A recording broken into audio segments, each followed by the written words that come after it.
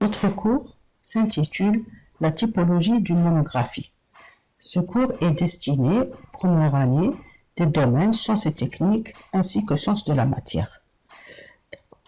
Ce cours s'articule autour de plusieurs points.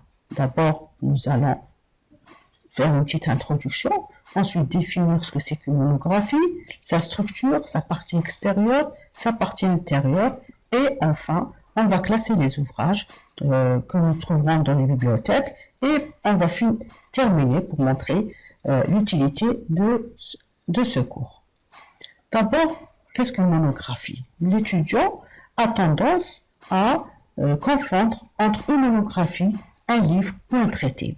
Donc là, on va définir ce que c'est qu'une monographie car il aura à l'utiliser dans ses différents travaux de recherche, comme un exposé, comme un compte rendu, comme un rapport, etc.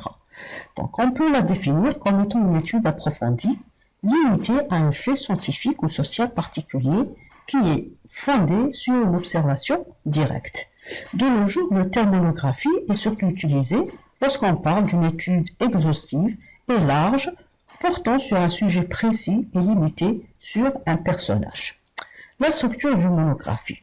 La monographie est composée d'une partie extérieure, qui comprend la première de couverture, celle-ci donne le nom de l'auteur, comme vous le voyez, sur la monographie qui est à notre droite.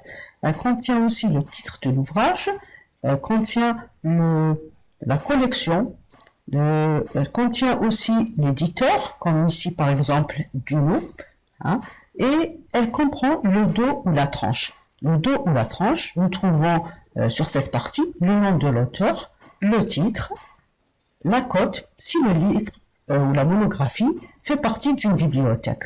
La quatrième de couverture, c'est la dernière page cartonnée du livre. Elle comprend généralement un résumé, le titre, la collection, l'éditeur, des indications sur l'identité de la spécialité de l'auteur et bien sûr l'ISBN ou qui est donné là avec ces différents numéros que vous constatez. La partie intérieure du livre, la troisième et la troisième de couverture, nous avons la deuxième de couverture et le dos de la première de couverture, la troisième de couverture et le dos de la quatrième de couverture, la deuxième et la troisième de couverture sont des pages vierges. La page de titre. Elle complète les indications de la première de couverture. Ils sont indiqués le titre exact, le nom de tous les auteurs responsables de la publication, l'éditeur, le verso de la page de titre, comme vous le constatez. On y trouve le copyright, qui est symbolisé par le C dans un cercle et qui indique que l'éditeur a passé avec l'auteur de l'ouvrage un contrat d'une durée déterminée. Le symbole est également suivi de l'année de parution du livre. Nous avons l'ISBN, c'est le numéro, ISBN, c'est International Standard Book Number, et unique pour chaque ouvrage. Il est attribué par l'éditeur et il est composé de 13 chiffres. Le sommaire ou table de matière, la différence, bien sûr, entre un sommaire et une table de matière, c'est que le sommaire qui se place toujours au début récapitule seulement les intitulés, les parties, les chapitres et éventuellement leur subdivision principale. À la différence de la table de matière qui reprend en plus de toutes les subdivisions secondaires du document ou de la monographie. En d'autres termes, la table des matières qui peut être placée soit au début ou à la fin du document, elle est plus détaillée. La préface ou avant-propos, c'est un texte placé au début du livre pour le présenter au lecteur. Il n'est pas présent dans tous les livres et est généralement rédigé par une personne autre que l'auteur. L'introduction de la monographie, elle comporte les éléments suivants. D'abord, nous avons une présentation du sujet, une justification du choix du sujet, une problématique, une contribution qui va expliquer brièvement votre propre contribution, une annonce explicite du plan, Bien sûr, il faut faire la remarque que la numérotation des pages du document commence par l'introduction.